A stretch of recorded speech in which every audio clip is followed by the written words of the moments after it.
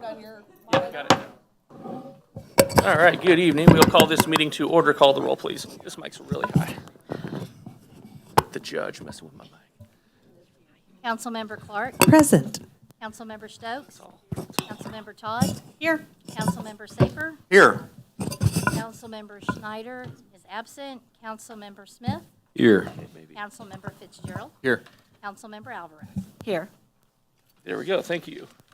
Next item, if I get in order, here's the Pledge of Allegiance that this evening will be led by troop number 1354. I pledge allegiance to the flag of the United States of America and to the republic for which it stands, one nation, under God, indivisible, with liberty and justice for all. All right, thank you. Next item is, next item is the approval of the agenda. Is there a motion to approve the agenda? Second. All in favor, please say yes. Yes. All opposed, say no. Motion carries. Item number 5, comments from the public. Good evening. Hi, everybody. Merry Christmas. I'm Liz Ryan, 2417 Erie. I wanted to compliment on the council, what they're trying to do for the buses. And I was with the seniors today, and they can't wait that maybe they can get that facility back and the circular bus. And I told them that you were doing everything you could to get this going, and they're very happy. And another compliment I wanted to make is for the CAPS that was here last week. They brought some very good ideas out, and I had mentioned several times before that maybe we should have an assisted living, and I think that would be an exact place because we have the seniors that live here. They get accustomed to everything that they have, the facilities, the doctors and the nurses, and then we have nothing for them assisted living here, so then they have to move on to someplace else, and they're taken away from all their facilities. And if we could do something like that, I think it would be wonderful. Thank you. Thank you. Further public comments?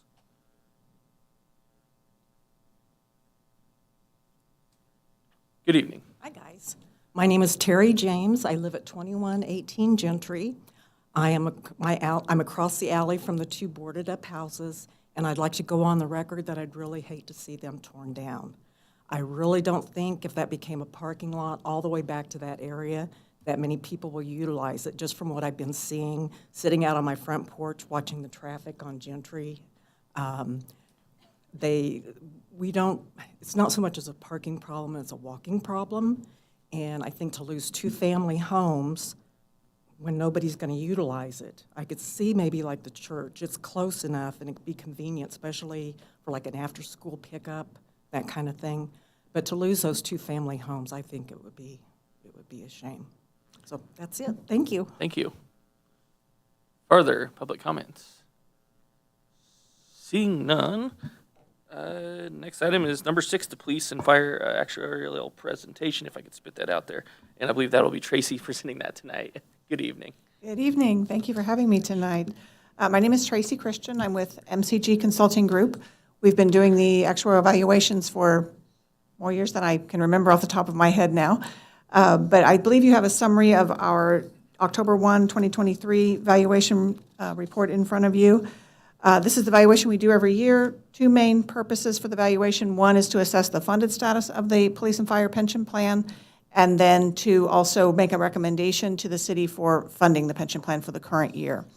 So the summary that you have shows a quick summary of participant data, the information that goes into the police fire pension plan. This year we have 98 active members as of October 1. We have 84 retirees and beneficiaries in pay status, and we have 7 terminated employees who have a pension benefit coming to them. They're just not eligible yet to receive it. Liabilities as of October 1, 2023, we are just under $65 million. Our assets market value in the plan, $63 million. Our actuarial or smooth value of assets, we smooth gains and losses over a 5-year period to temper the volatility in the funding reports, in the funding recommendations that we make. Doesn't change the cost of the plan at all. It's simply a tool that we use to smooth the volatility in the market value of assets. So The return on plan investments this year was quite favorable. It was 11% versus our assumed rate of return of 6.5%, compared to last year where we showed a 15.8% loss in the markets, which was common across the board for all pension plans. But this year we had a nice bounce back. We had an 11% rate of return. So we are sitting at an actuarial value of assets of $66,499,000. So our funded status did drop. Last year we were at 106.2. This year we dropped down to 102.5. However, the recommendation there at the top of page 2, the recommendation is based on the plan's normal cost, which is the cost of benefits we expect to be earned in the upcoming year. We adjust with an amortization of any unfunded liability. This year, our unfunded liability is still less than zero because we are over 100% funded. Not by much, but we are over.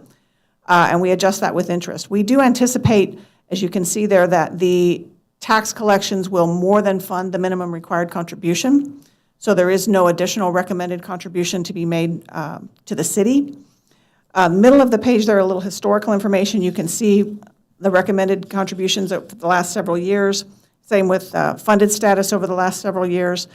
We hit a high in 2021 of 108.5% funded. We've dropped back a little bit since then. The next page, third page, shows our history of our market value rates of return and then our smoothed value rates. You can kind of see that smoothed value of assets method working.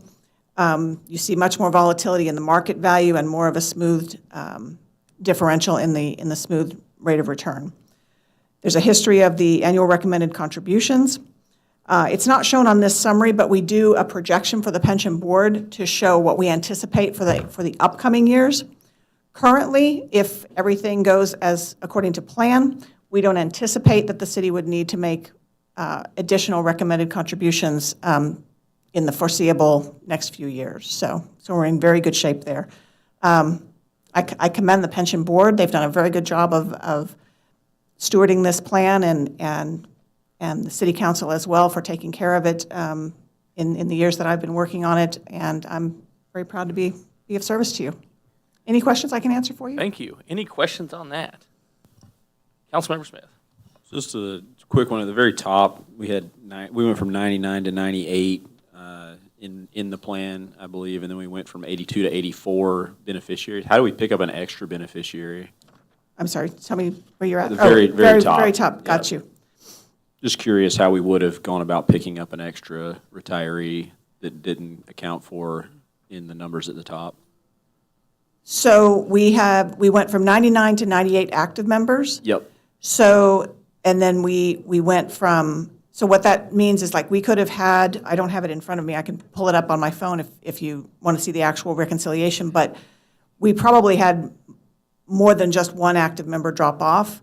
We could have had 3 added, 4 drop off. One may have, so it looks like we added 2 retirees. Mm-hmm. So we probably had, those probably came from our active participant population, but we had 2 more leave than we had gained.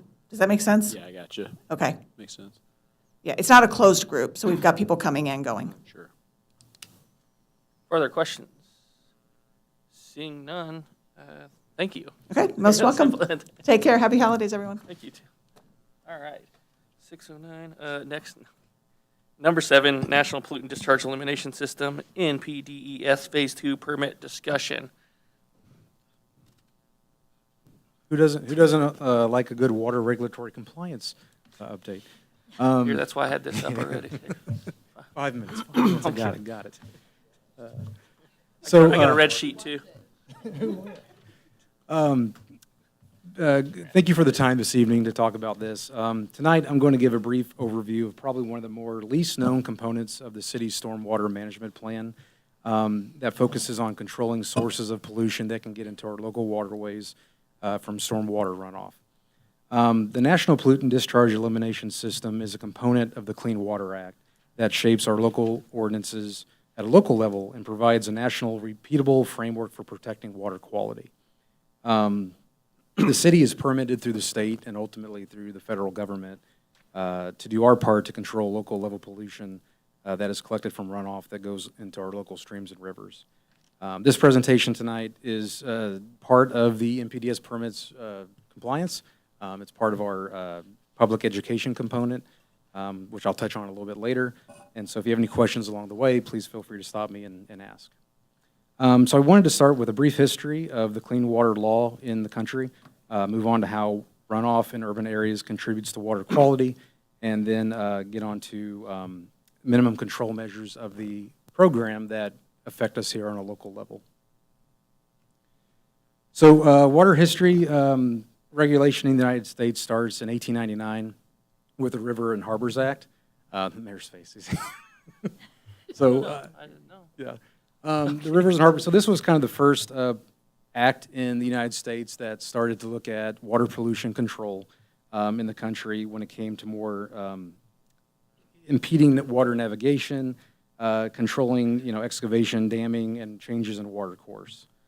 Fast forward to 1948, and the increase in development after the Second World War led to another big step in local legislation controlling development along the nation's waterways. And this was really the first water pollution control act focused on environmental works. Not a lot was done until about 1969 when the Cuyahoga River in Ohio caught fire. This was the third time in the history of that had happened. And that really kind of brought a lot of attention nationwide to water pollution in the country and issues that were surrounding those kind of things. So in 1970, a lot of people are familiar with the Environmental Protection Act and the Clean Water Act. They've heard these terms, but not really sure how those affect them on a local level. And this is really when that was first kind of established. Further development of the Clean Water Act, the NPDES program, through the 70s and 80s and into the 90s led to Phase 2 of the National Pollutant Discharge Elimination System in 1990. This really is what affected local cities of our size. And what our permit is called is the Municipal Separate Storm Sewer Systems Permit. So it's an MS4 permit. And North Kansas City got its first permit in 2003. It's a 5-year permit. It's renewed every 5 years. And again, it basically has 6 minimum control measures that dictate how we can control pollution in our area. So commonly, when people think of water pollution, they're thinking of like a factory. They're thinking of a big, large corporation. There's that image of a pipe going into a local waterway and dumping gallons upon gallons of pollution into a local water body. And that's, really with the NPDES, that was kind of the first thought on what we needed to control. NPDES permits across the country, there's permits for factories like this, and there's permits for companies that are local, like Ingredion and Tanemic. But a lot of times it's less common to think of a city as a facility like this, that as water falls in the city, runs across pavement, picks up oil, picks up debris, picks up trash, and then those are point sources that go into local waterways and cause pollution from a city. So as the water moves across the natural landscape, it picks up all these different pollutants and trash. And really the main contributor to our problem is that we're looking at a natural environment versus a urban developed environment. And as that development reshapes land, it goes from trees and grass to roofs and parking lots. And these spaces tend to be less permeable and don't allow as much infiltration. So this is kind of what we're up against on preventing these things from getting to our water. So everything kind of ends up here in a storm drain, gets very quickly conveyed to the river, and there's not a lot of stopping it in between. So the 6 minimum control measures of the NPDES permit, and I'm going to kind of step through each one: public education and outreach, public involvement and participation, illicit discharge detection and elimination, construction site, stormwater runoff control, post-construction stormwater management, and pollution prevention and good housekeeping for municipal operations. So the first minimum control measure is public outreach and education. The city participates through our local NPO, the Mid-America Regional Council, in the Water Quality Education Committee. This program gives us a lot of content that we advertise on Channel 2. We put it in our newsletter connections, and it gives us a lot of those little pamphlets and handouts that you notice around town that say, know your watershed, what's on the ground, it's in our water, pick up after your pet. These are kind of the education materials that we get through the Water Quality Education Committee to advertise out to the public. The second minimum control measure is public involvement and participation. So we have different ways that the public can actually get involved, and through that education material, start to get involved and do something about water quality. Not all people might know that there's the Household Hazardous Waste Program. Through the Mid-America Regional Council, we participate and pay into that program. Residents and businesses, residents are allowed to go down to this area and dump paints, household materials that are not allowed to get into the storm system. There's also the downtown business area trash receptacles. These are, there's about 100 different trash cans around the city that you see downtown and closer to the high school. This is part of that public involvement, encouraging people to throw trash away and not put it on the street. And then there's, of course, the resident vacuum leaf program that everyone's familiar with.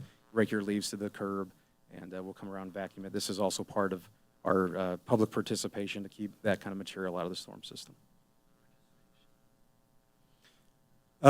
Minimum control measure 3 of this program, this is really where a lot of the material kind of hits home. This gives us the ability to pass ordinances that control stormwater, different, illicit discharge measures. If we notice something, this program also, sorry, I'm messing up there. This measure asks us to map our system. So a lot of our stormwater mapping comes from this. And this allows us, if we detect something in the waterway, to detect it back to the source point and actually have enforcement procedures, outfall screening and inspection procedures to actually enforce and fine people for these different problems. Minimum control measure 4, this is for construction site stormwater control. So when a new development is proposed, part of the plans of that development is to have a land disturbance and erosion and sediment control plan. This kind of sets up different systems where we can do site inspections, again, have enforcement.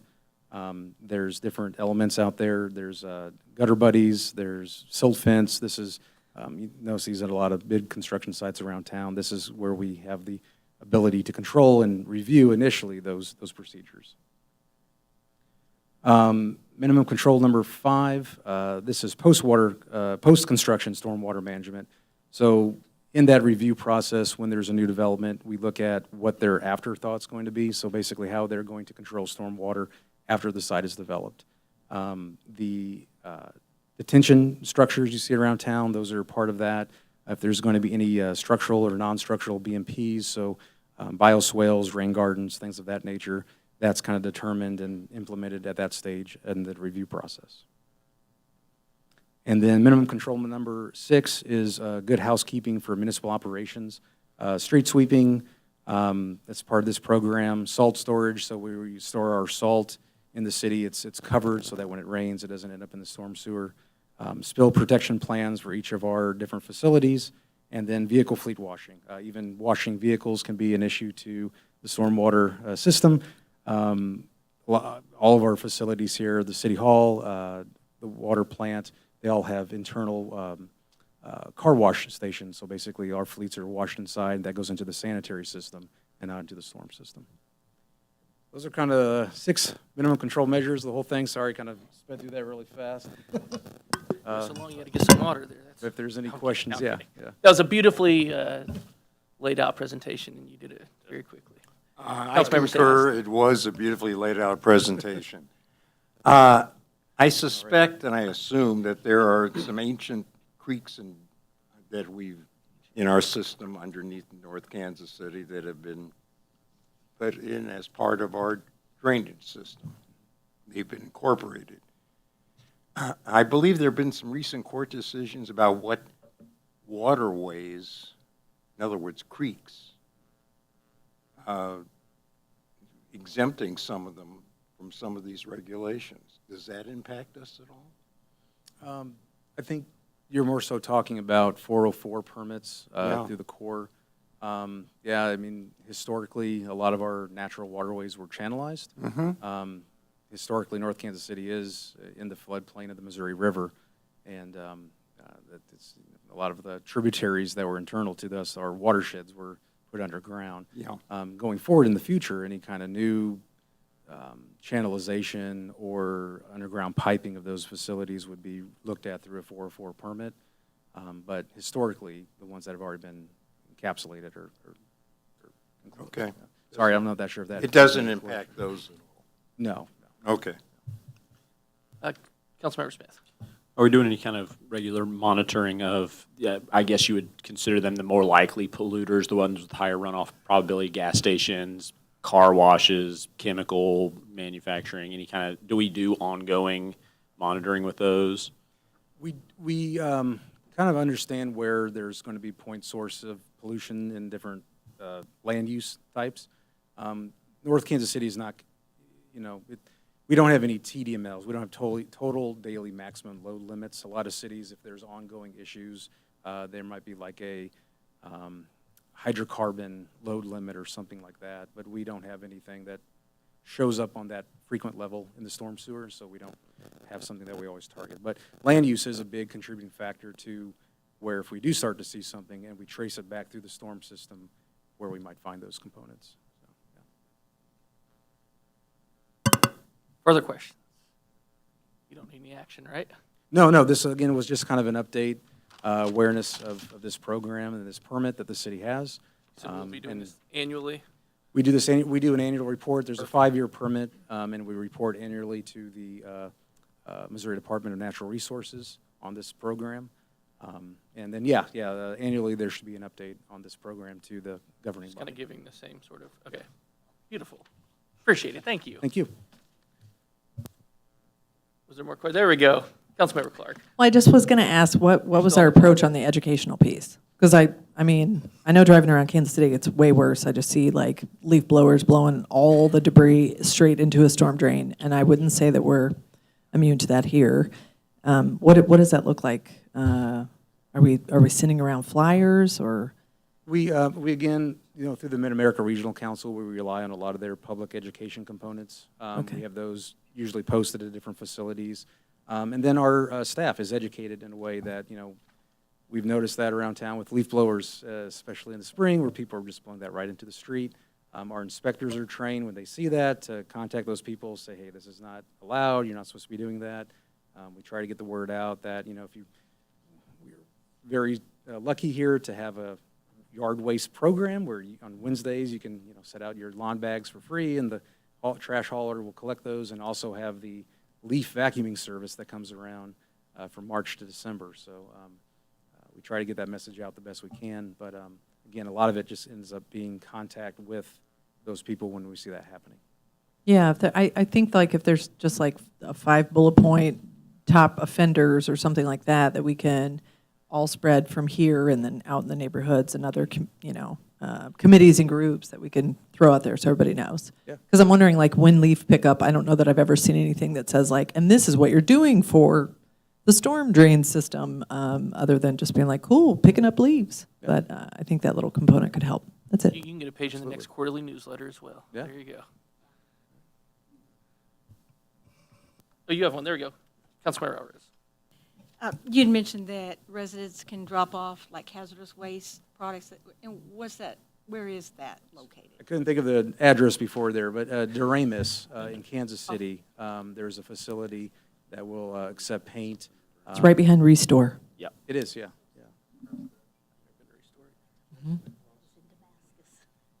If you do it, plan for a bit of a line.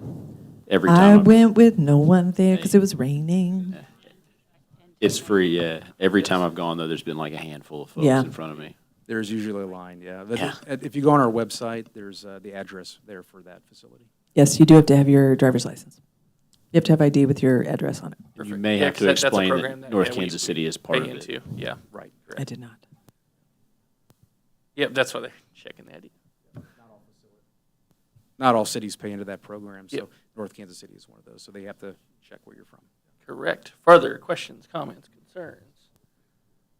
Now you're off. Thank you. Next item is the consent agenda. Is there a motion to approve the consent agenda? So moved. Second.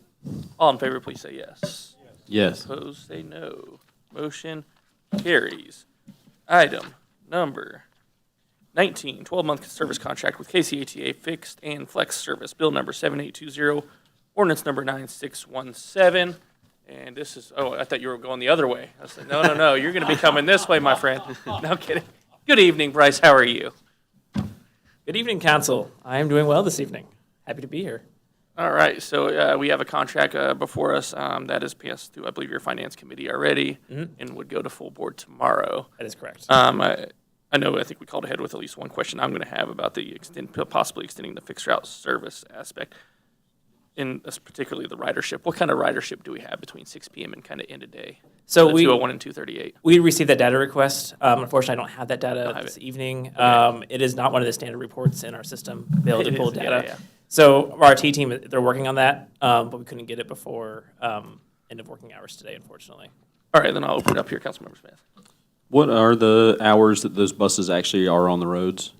I believe the 201 has about 1 or 2 runs starting on 5. I think both do, around 5 a.m. So there's about an hour there that they would they'd run closed doors through North Kansas City. And then the 238 runs till about 10 p.m., 10 to 11. It's around that time. And the 201 runs till about midnight. Okay, and so the buses would be on the roads, they would just be running closed door through Northtown under this contract. That is correct. That would be, I've put out a question to as many people as I could, and that's the one real big sticking point that we still have. And I understand that this was one of those cost-saving measures that was looked at by the Finance Committee. But I come back to, it's not a real cost-saving measure. It's the buses are running on the roads, the gas and the drivers are still being paid. Can we just run with the doors open while the buses are on the road? That would be my one change to what we've got here, is to run the fixed route for the duration of the hours while they're on the road. Nothing extra, just open the doors. Unfortunately, we cannot do that. Okay. He was ready for that one. There we go, Councilmember Saper. Why is that? Because we have agreements for our enclave communities and the agreements with our communities that we function with, specifically some of our larger communities. It is the way the enclave interaction works, and that is what we've been directed from some of our larger benefactors regarding to if an enclave community doesn't wish to pay for those service hours, then we can continue running the service as the city who funds the majority of the route wishes to save their cost savings, but to not open the doors. It's a policy, in other words. You could call it a policy. That'd be a good word for it. Councilmember Smith. Yeah, I understand where you're at on this. I'm not going to approve a single contract that closes the doors and leaves people stuck. So I would propose that we amend the language and send it back to your board. I know that you don't get the authority to say yes or no right now, but I'm not going to vote to approve a 6-6. It just leaves too many people stuck. And since we don't have that ridership data and the vote is tonight and your board meets tomorrow, here we are. So I will propose that we go with the full hours and the doors open. I understand that other enclave cities, the only other two are Gladstone and Raytown that are considered enclave. Is that correct? That is correct. Okay, and their contracts are up for negotiation sooner, or they're coming up. We're the first mover as an enclave, is that right? Not exactly. Okay. So Raytown's contract was renewed in November. Okay. And so they approved portions of their contract that pays for the fixed routes that run through them. So their doors run through the hours that those services are provided. Gladstone no longer pays for any fixed route. Right. Which is why the buses still run through Gladstone, but they don't provide service to Gladstone. Okay. Yeah, I'm sticking here. I'm not going to move it. If the buses are running on our roads, I'd like the doors open. Doesn't make any sense not to. So I would move to approve it with that amendment. Well, okay, so I guess we just can't say they have to run all day and say the cost is the same, though, unless that's exactly what you're. That's exactly what I'm saying. We The want cost to, is the same. we want to risk sending that to the board and Yes. saying we want a third more service for exactly the same cost. Yes, because the cost, the expense to provide the service is the same. There's no difference in that.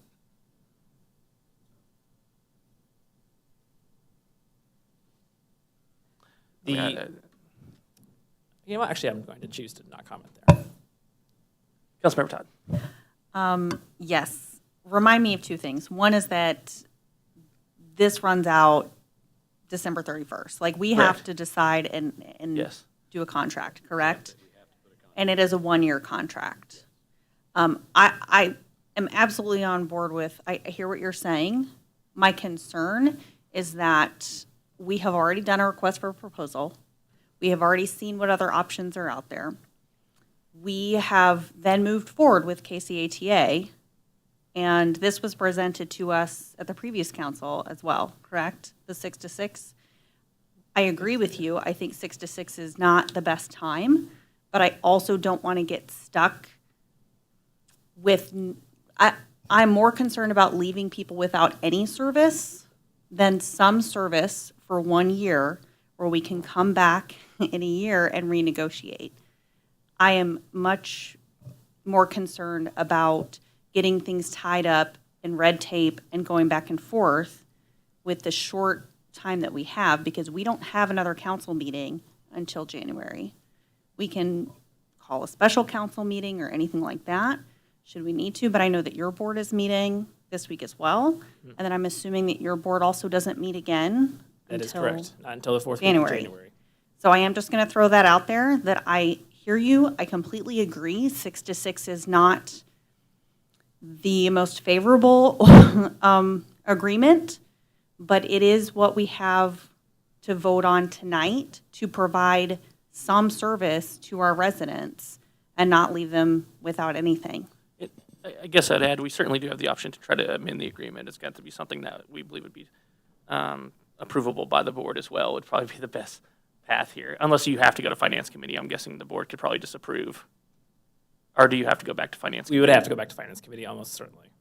I would imagine any amendments made to this evening would, I don't want to speak for our board, but typically we run contracts through Finance, and they are not amended after going through Finance Committee. Okay, I didn't realize that in your process. Okay, looks like you had something. Mic on.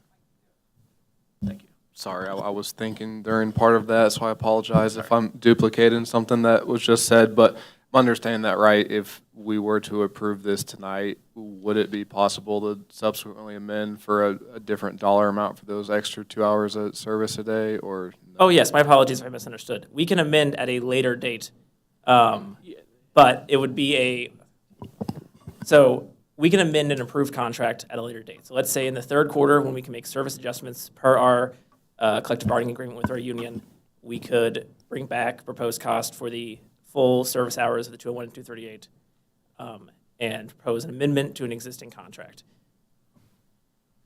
I think as, I understand the point of, I agree. I don't think it's necessarily costing KCATA additional amounts to open the doors for 2 more hours a day, but for the sake of where we're at in the year, I would also be in favor of approving this, as is and as we discussed at last meeting, just to keep the buses running, and then I guess, consider the cost and amendment for those additional hours of service. If I may later add, on. Sorry, Councilman Fitzgerald. But if I may add, though, so for those additional hours when the buses would be running closed door, it's not that we are eating those costs. Those costs are being picked up by the community who pays for the majority of the services of the 201 and 238. So those costs are not gone. Those costs are being attributed to the community who still wishes for that bus to run and the most efficient route to reach the other parts of that route. Councilmember Todd. Yes, I do just want to say as well, I do think part of the larger problem is that we have asked for kind of how these numbers came to be on several occasions, and we still don't have that data. And so I do think, like moving forward, I am in favor of approving a contract this evening, but I do hope that we can amend that to accommodate our residents. And I do also hope that you are able to come with the data that we've been asking for time and time again about where that ridership cost and where that all comes from. I think that would be really helpful for us to look at, and the ridership and how many people are riding past 6 PM, and all of that would be super helpful. Thank you. And I will continue to request those finances from my CFO.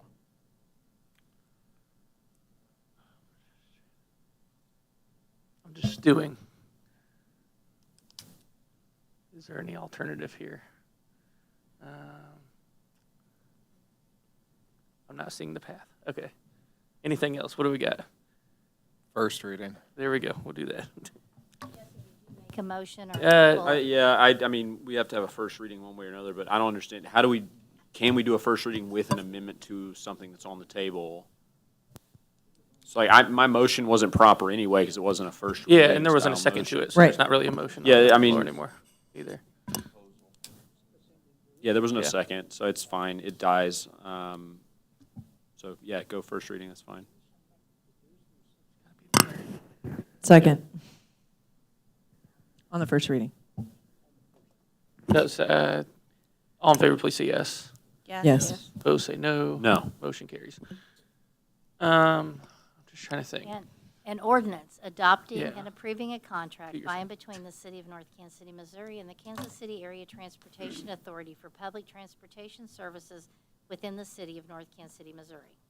Okay, so I do think there's a strong desire to get those full hours. And so I guess I'm going to clarify again to make sure I understood. Your path has to go through the Finance Committee on a contract like this. That is your bylaws. That is your, I do not know our bylaws by memory. That is yeah, how. sorry, that was, yeah.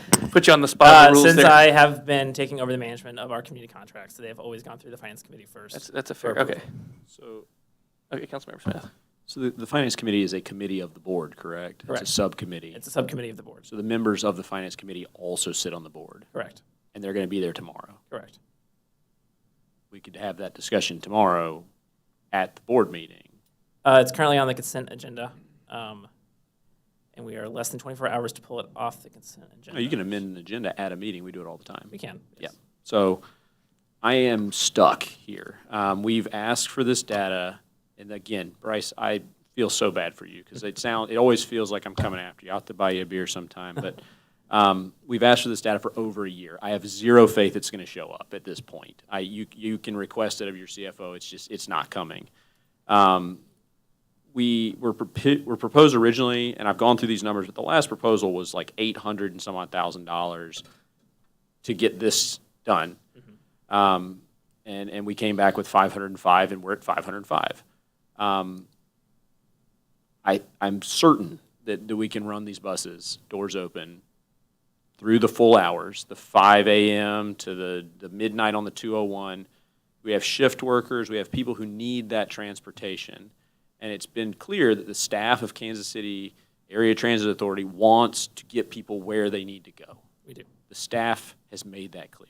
The board, I have no idea what their goals are at this point. And I would love to assume the best, but as I'm seeing it, it doesn't make any sense.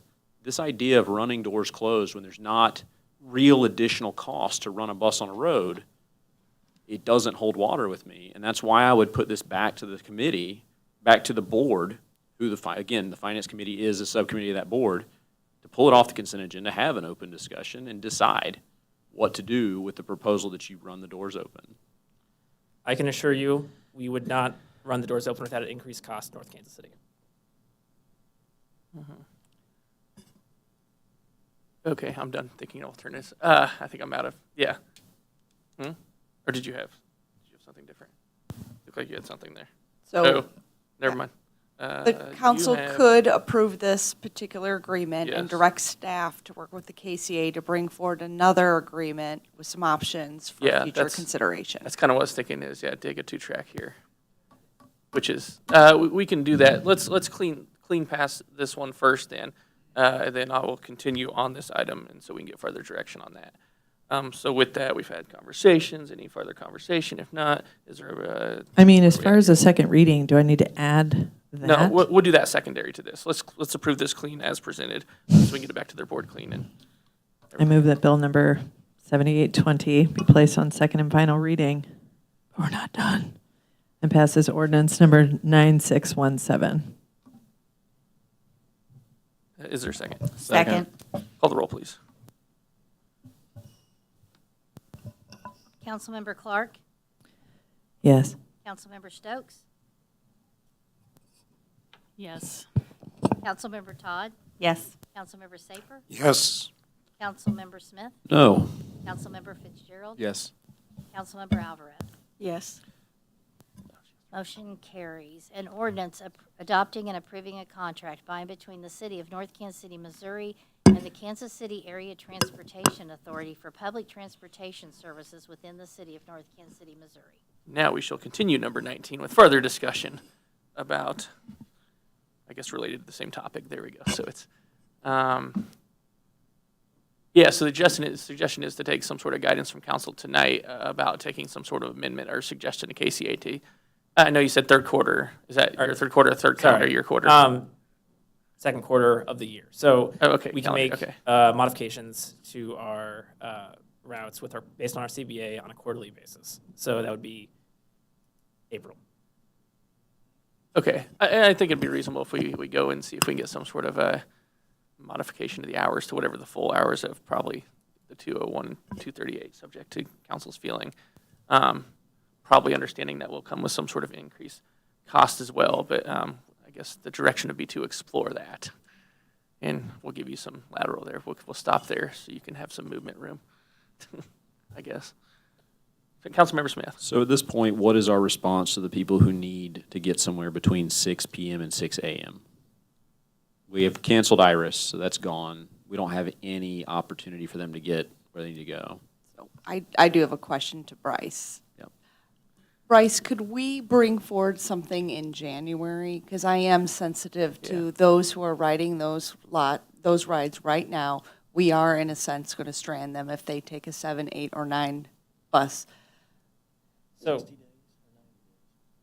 There's a public notice period, which I think you're going to have to do, right? That's a 90-day notice period to any ride adjustment? I believe technically it's 30 days. 30 days?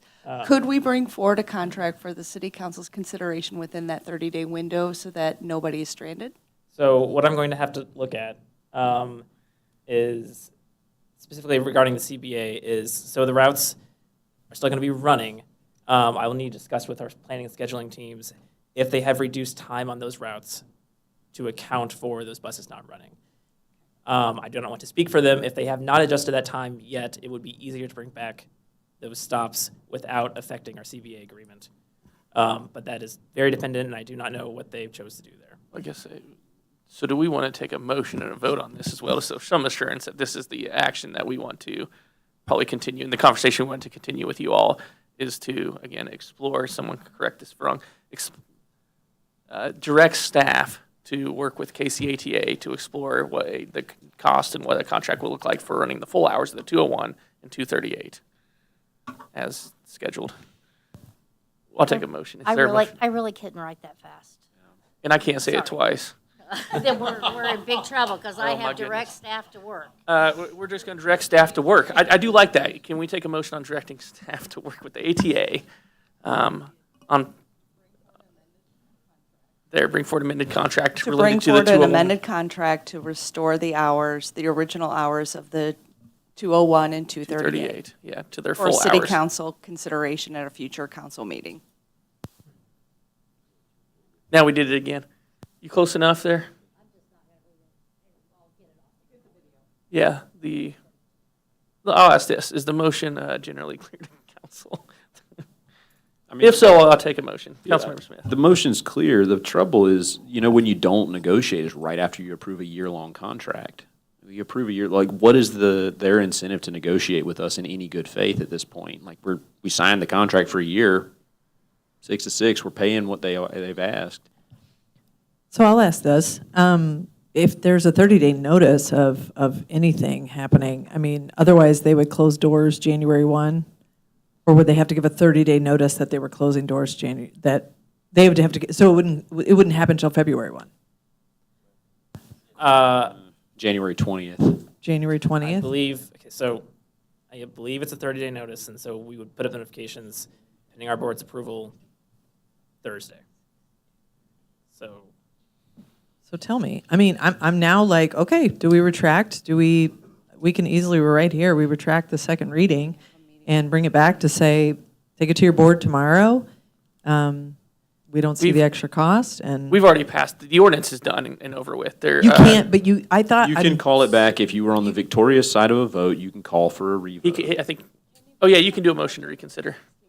You can. Yeah, you can do a Yeah, motion. you can motion to reconsider if you were on the side that. But then we're going back to the original thing, will. and Yeah, we like, were running you into problems can't. with. I can't. No, Yeah. I You lost can't. them. Yeah, yeah.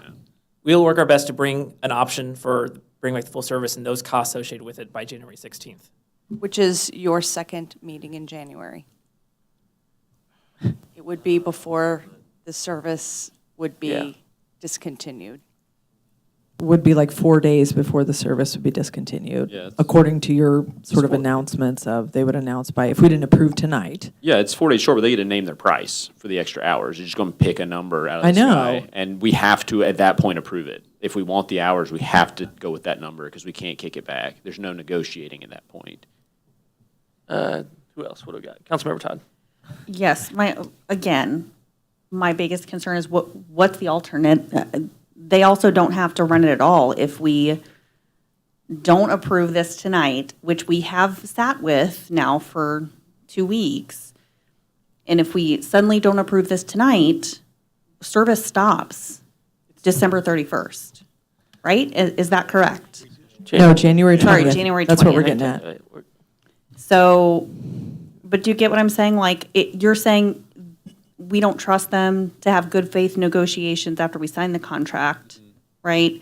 But why do you suddenly trust that if the expectation is that they are going to just agree with us and not increase cost and open the doors when they drive through, I don't think that's a realistic expectation, especially considering the back and forth we've had with KCATA over the last 6 months. The expectation is they Hold on, pitched. we're going to get back to taking turns here as well and be called. Councilmember Smith, there we go. Let's They get it they ordered. brought us a contract for 800 and top line number. What was it? Do we have it there? $845,000. 807, 294. 807,294, and we're at 505. The numbers are made up. That's the trouble. These are numbers top line that are just pulled from thin air, miles plus hours. So when we said, can we do it at 505? Take it back to the finance committee, and there was some, well, we can try and figure it out, and they did. Now it's 505. It should stay 505 with the extra hours. Well, you gotta remember, 807 is the cost for the service. That is the cost to us to run that service through North Kansas City, split 50% with the city of Kansas City, Missouri. Cost based on what? Cost based on the miles and hours. Miles and hours And a divided by. calculation, miles and hours run through a calculation that determines our cost of service. And this calculation is still, after a year, in a black box. I will continue to request from my CFO that cost breakdown. The numbers are made up. That's the trouble. Like, there's multiple ways to skin a cat. There's tons of ways to calculate this. And the miles plus hours, we've asked, what are these numbers? And they're not available. They're nowhere. And I'm just going to continue to add, so we would be required to charge more for more hours of service. So that top number will go up. I cannot guarantee additional federal or state funds. Those have been allocated for the year of 2024. I cannot guarantee those funds could come from anywhere else. I saw Councilmember Stokes, then we'll go Councilmember Todd. Maybe. Councilmember Todd, and then we'll come back to Councilmember Stokes. I'll try to be quick. One thing is, we know the numbers are made up, but we've been saying that for 6 months, and we created an entire subcommittee and put out a request for a proposal, and that committee reviewed all of those proposals. This is the entity that subcommittee recommended at the end of that for the next year. I believe that there was reason for that because I think we have people on that committee that really did their homework, including you, Councilmember Smith. And so I just think we've done the homework. We've asked KCATA to also do their homework, but they haven't brought it to us yet, and we still chose them. So we made our choice. We are at the last minute now. They've made it very clear that if we want to run additional hours, it will cost more money. I don't think now is the time. I hope that KCATA would want to continue this relationship beyond a year, and that's why I hope and believe that there would be some good faith negotiations after the contract is signed and dotted and all the Ts are crossed and all of those things. But the relationship with KCATA hasn't changed. And that's before the subcommittee, that's before our RFPs were put out, and that's after the subcommittee met and explored all other alternative options. And so again, I would rather have something than nothing, because I think if we don't approve this, and then we'll be left with nothing, and we will be scrambling, and I don't want our residents to have nothing. There certainly is a risk you end up probably in the same place in a month as well. Councilmember Stokes. I understand that we would lose negotiation power if we did approve this contract tonight. However, I do think that at our last meeting, we were very clear that we said, we will approve this contract if you bring it back at the 505 number. We didn't say, we'll approve it at the 505 number. Wait a second, this amendment. So I think for me, we gave them our word, and I think we need to follow through with our word. And we currently have, unless we decide to, to do a motion to reconsider. But, yeah, we can move on. We can, Councilmember Alvarez. I just wanted to add, I think along with Councilman Todd, I think at this date, it's a little too late to scramble to find something else at this point. Maybe down the road, but I think we're at a point where it's too late to start over and we not have anything to offer our residents. I would agree. So I'd go back to the conversation we were having a second ago and really directing staff to continue to work on this. That motion that Crystal, I'm sure, wrote down exactly as I said it 7 different ways. And so I will take a motion in a second on that one and do a voice vote on that. Is there a motion? Or that I guess we had the motion, but Is this the I good can't make a faith, motion, can I? KCATA good faith work with staff motion? Yeah, and try to. So the bring motion something was back. made, I'll second. No, Did you say it was Well, made? also that was the motion. That was the motion. I There. move that the thing that you wrote down, I tried good to- faith, KCATA, remember, good faith, will be returning numbers to us. And I'll second it. I tried to slip in making a motion there. They weren't going to let me get away with that. There you go. All in favor, please say yes. Yes. Yes. Opposed, no. Motion carries. And that was, I think you all got the gist. There we go. Thank you, and we will see you again, I'm sure. I thought we weren't going to get to hang out for a year, but I know. maybe we'll do it in a month. I'm excited. Yeah. Thank you, council. No, I appreciate it. Thank you. Item number 20, right? Yes, 20. Consider authorization to negotiate a restated operating agreement for the community center. And the short on this is we are currently continuing to renegotiate with the YMCA. The current contract has a deadline to kind of announce your intentions, and this is our intention, is we're going to continue to renegotiate. Is that the brief?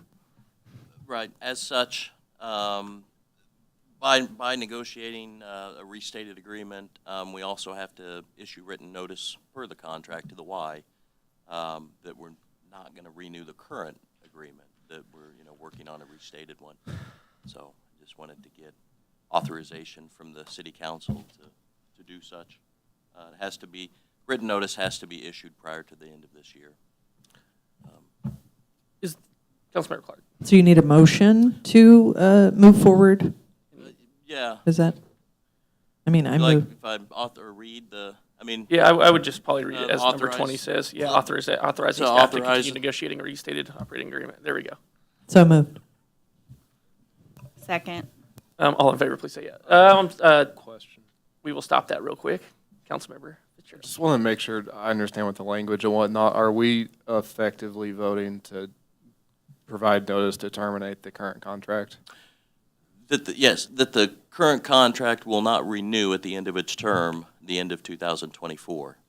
Okay. Is what we're letting them know, but we have to issue that notice at least a year prior to the end of. As it stands. As it, right, the Yes. current, But we are that's- actively yeah, negotiating the as new it stands, contract. we are, Yes. yes. Okay, and then we have a year to work out the Yes. language of the new, okay. And when I say negotiating, everything comes back to the council, but it's just working with them on, Yeah. on the initial drafts. Yes. Further questions? There was a motion. Did I hear a second? I did. All those in favor, please say yes. Yes. Opposed? No. Motion carries. Item 21, temporary license agreement between Armor District LLC and the city. Non-exclusive temporary license agreement authorizing the city to continue to temporarily use the parking lot north of 18th Avenue between Clay and Swift at certain times. Bill number 7819, ordinance number 9616. And this is the parking lot that we affectionately know as the Paul and Jack's parking lot, north of 18th between Swift and Clay. The previous contract was for $2,016 a month. The new contract is for $500 a month. And the reason for that previous included some gates, and so now that reduces the price because we're no longer paying for the gates as part of that contract. And questions, Councilmember Clark, or additions by staff? Yeah, I mean, I reached out to city staff to wonder, of course, like why we're signing just a year. I think we all have suspicions, but you know, there's also potential development that may occur even across the way. You know, at where the mayor's tree is. Yeah. So even if that became a developed business again, I get where they would want to keep this at a year. But I obviously pushed like, why aren't we at least doing 3 to 5 years? But that would be the reason, just so everybody knows. Otherwise, first reading. Yeah, this is definitely one we're kind of at the mercy of the landowner as well. And yeah, they're just leaving their options open. We got a motion. Was there a second? There's a second by Councilmember Todd. All in favor, please say yes. Yes. Yes. Opposed, say no. Motion carries. An ordinance adopting and approving a non-exclusive temporary license agreement by and between the city of North Kansas City, Missouri as licensee and Armor District LLC as licensor for the temporary use of a certain parking lot owned by licensor. Can't say that, licensor. I move that bill number 7819 be placed on second and final reading and passes ordinance number 9616. Is there a second? Second. Call the roll, please. Councilmember Clark? Yes. Councilmember Stokes? Yes. Councilmember Todd? Yes. Councilmember Saper? Yes. Councilmember Smith? Yes. Councilmember Fitzgerald? Yes. Councilmember Alvarez? Yes. An ordinance adopting and approving a non-exclusive temporary license agreement by and between the city of North Kansas City, Missouri as licensee and Armor District LLC as licensor for the temporary use of a certain parking lot owned by a licensor. Number 22, application for, let's start that again. Number 22, application for conditional use permit for the primary use of outdoor recreation for Genesis Health Club. Bill number 7821, ordinance number 9618, and I will call on Shu for this one instead of trying to describe. All right. So in front of you is a conditional use permit requested by Genesis Health Club in order to establish some primary outdoor recreation uses that would include sand volleyball, a lamp pool, and surf pool, and yard games, etc. So per our code, this property, generally located at 1855 Diamond Parkway, is currently zoned C3, which stands for general business. And the current zoning requires a conditional use permit approved by City Council in order for any primary outdoor uses to be established. So therefore, this process has gone through its way. It has been heard by the Planning Commission on December the 7th. The Planning Commission has voted to approve the request with 3 conditions that's listed on the memo. One of the conditions is to obtain a city staff approval for a sun playback system once when the sun study has been established for the details of the facilities that will be operating. And then the second condition is to require the conditional use permit to be expired within 1 year. Therefore, a new conditional use permit shall be requested by the applicant to continue such use. The third condition is to remove any language in the drawings and the submittals that's related to a pickleball, because the pickleball court was not part of the proposal that depicted on the sketch. So if you have any questions, I'm here to answer. Otherwise, I do have the applicant here, Martin, I believe, who's the architect designed for this particular sports complex. I was going to say the crowd's thinning out, so we don't get, Right. it must be the applicant. All right, any questions, comments? Is there a motion then? First reading? Second. All in favor, please say yes. Yes. Opposed, say no. Motion carries. An ordinance authorizing a conditional use permit for Genesis Health Clubs for the purpose of allowing the outdoor recreation uses in the general business zoning district C3, subject to the conditions incorporated herein. I move that bill number 7821 be placed on second and final reading and pass as ordinance number 9618. Second. Call the roll, please. Councilmember Clark? Yes. Councilmember Stokes? Yes. Councilmember Todd? Yes. Councilmember Saper? Yes. Councilmember Smith? Yes. Councilmember Fitzgerald? Yes. Councilmember Alvarez? Yes. An ordinance authorizing a conditional use permit for Genesis Health Clubs for the purpose of allowing the outdoor recreation uses in the general business zoning district C3, subject to the conditions incorporated herein. Item number 23, approving accounts due and payable by the city through December 15th, 2023. Bill number 7822, ordinance number 9619. First reading? Second. All in favor, please say yes. Yes. Opposed, say no. Motion carries. An ordinance authorizing payment for certain accounts due and payable by the city through December 15th, 2023. I move that bill number 7822 be placed on second and final reading and pass as ordinance number 9619. Second.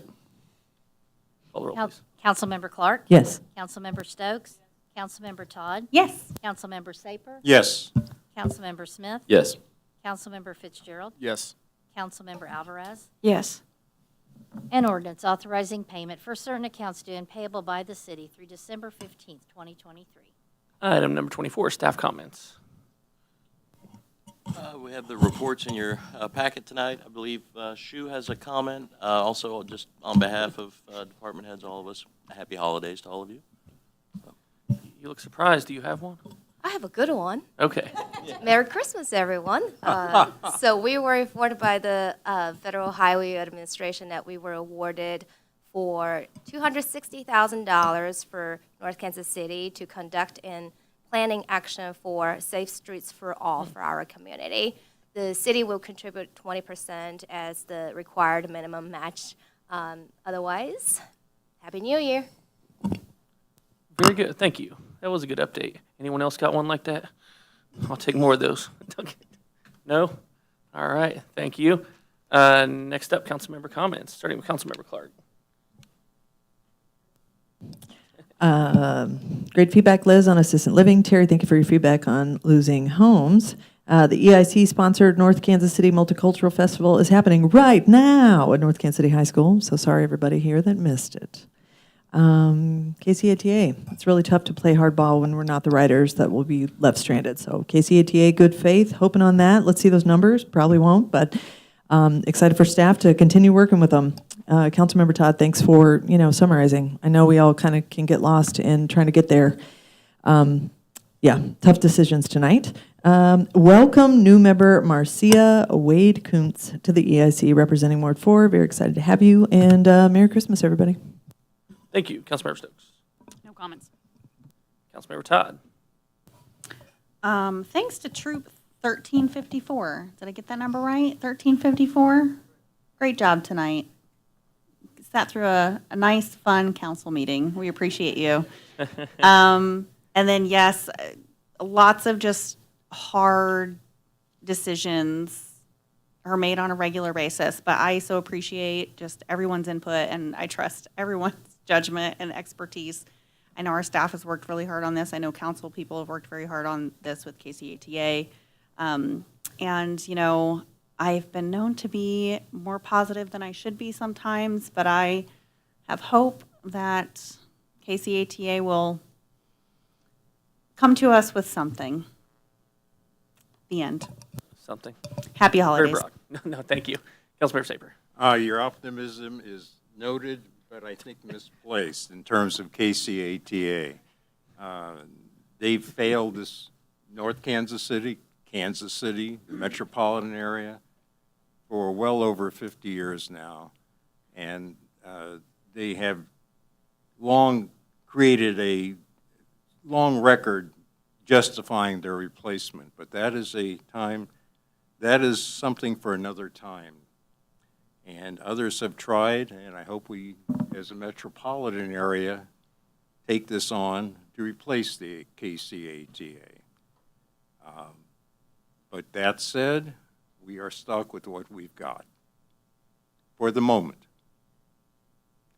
And to all, whatever holidays you have, happy holidays, and see you next year.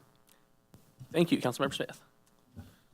So first to say, I apologize for any anger that felt like it was directed at any one of you. That was not the case. A lot of that was a bit of momentary self-reflection on sitting through, 6 subcommittee meetings, and then somehow, as Katie astutely pointed out, we had 6 to 6 on the last agenda as a proposal from the KCATA to which we offered the contract, and it would be wrong to pull back at this point. I went and dug that up to make sure that was there, and you're right. I still feel like this is a fumbling of the ball by me personally, being a member of that transit committee. We're going to strand people, and that sucks. I'm hoping that we get some positive results from negotiations. We'll leave it at that. I hosted a meeting last night called Councilman Conversation Festivus and the Airing of Grievances. So happy Festivus to all of you, a couple days early. Got a lot of problems with all of you, so I'd like to put that out there. And so we had a great discussion. Went for a couple hours. 35 people showed up to air their grievances and offer a lot of constructive thoughts and questions. I'll run down those briefly, and then I'll send an email out to staff, let you guys know what we talked about. Questions on 23rd and Fayette, the church and the 2 houses that are slated for potential demolition for parking at the school. Thoughts and concerns around that, chiefly with preserving the 2 single-family residences, given that we have a shortage of homes in North Kansas City. Parking was another discussion point, and an interesting willingness to consider paid parking from a large subsegment of the residents that were there. So thoughts on how to utilize the parking we have as we expand. Howell Street came up. It's very dark over there by the park where we've put in the bump outs and the traffic calming measures. As you drive through, and it becomes more apparent as the sun sets earlier. Very dark, and people are still crossing to the park. I have personally driven down there on my way home, and it's hard to see people crossing. They also noted that the crosswalk at 30th and Howell is quite faded. It's, I believe, the one without a bump out, and they asked for some look at that. I've spoken with Chief Freeman about potential speeding concerns around the school hours. Transit was discussed. The 6 to 6 came up. I also learned, and I have not verified, that the 201 doesn't stop at River Market or at City Market. It bypasses that, straight heads into downtown. So our folks don't have a way on public transit to get to the River Market, the City Market, which is something that I would have liked to discuss, but we got a little lost in the weeds there tonight. Streetcar questions came up. A lot of discussion about the look and the feel and the direction of the city. That's going to be an ongoing tension that we hold in place. Katie had a lot of great thoughts on that. Just how can we be intentional about where we're going, not to grab at the shiny things, but to do it with some intention. People love the walkability, the small town feel, proximity to downtown. There were some questions about equity, diversity, and inclusion, some pointed criticisms, which I understand, and an encouragement to really reach out to folks, especially when it comes to boards and commissions. Solicit folks in our neighborhoods, folks that we meet out and about, who represent underrepresented groups to become members, active members of town, whether they own or rent or whatever they look like, whoever they love, doesn't matter. We want them involved here. And how can we be more pointed about bringing those people in? Codes came up. There was a question about rundown apartments around town, rundown homes, as it pertains to rental properties. And I couldn't answer the question if there's a penalty for not complying with the rental inspection when a property becomes vacant. I don't know if you know off the top of your head. But I know landlords are supposed to notify codes and have it inspected. But if there's a penalty for not doing that, it seems that there's a lot of honor system going on. Let's see, what else?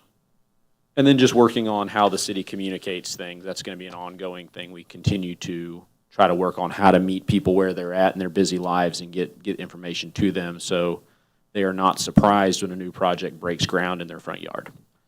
Otherwise, they're very happy with the services offered by the city, fire, police, a lot of praise for that. The one question that came out of the discussion was emergency preparedness. I gave kudos to our emergency preparedness guru here. But maybe a tabletop exercise at some point during what do we call them, the sessions before the council meeting?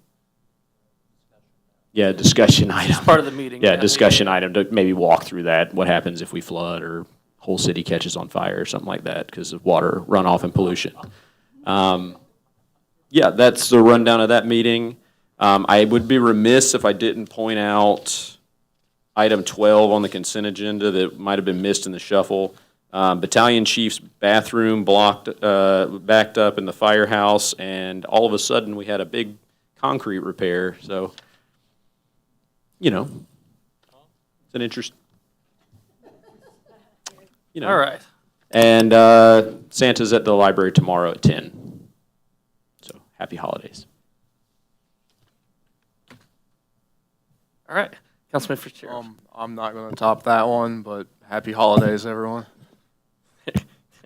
Councilman Alvarez. Just want to say that I'm proud of the council, how they work together, because with the KCATA, I think everyone's still respectful of everyone else, and I understand both sides. The ultimate goal is just to get the best service for our residents, and that's what we're striving for. So I appreciate that, working together. And other than that, same thing. I think everything else has been covered, but have happy holidays and be safe. Thank you. Shout out to Troop 1354. I get the longevity award this evening. Made it through the whole meeting. And happy birthday to Megan in community development. So there you go. Got her. I told you I was going to write it down. So she got it. I actually hope she is not spending her birthday watching this meeting, but she'll see the replay later. With that, item number 27. Consideration of request to hold and recess into an executive session as requested by the mayor to be held on this date on a real estate matter pursuant to Missouri Revised Statute 610-0212. So moved. Call the roll, please. Councilmember Clark? Yes. Councilmember Stokes? Councilmember Todd? Yes. Councilmember Saper? Yes. Councilmember Smith? Yes. Councilmember Fitzgerald? Yes. Councilmember Alvarez? Yes. Item number 28, consideration of request to hold and recess into an executive session as requested by the mayor to be held on this date on a contractual matter pursuant to Missouri Revised Statute 610-0212. So moved. Second. Call the roll, please. Councilmember Clark? Yes. Councilmember Stokes? Yes. Councilmember Todd? Yes. Councilmember Saper? Yes. Councilmember Smith? Yes. Councilmember Fitzgerald? Councilmember Alvarez? Yes. Item number 29, consideration of a request to hold and recess into an executive session as requested by the city councilor to be held on this date on a potential litigation matter pursuant to Missouri Revised Statute 610-0211. So moved. Here we go. Second. Call the roll, please. Councilmember Clark? Yes. Councilmember Stokes? Yes. Councilmember Todd? Yes. Councilmember Saper? Yes. Councilmember Smith? Yes. Councilmember Fitzgerald? Yes. Councilmember Alvarez? Yes. With that, you're done, right? Okay, with that, there'll be no further public business or votes taken this evening, and the live stream channel 2 will cut off. Thank you. Boom.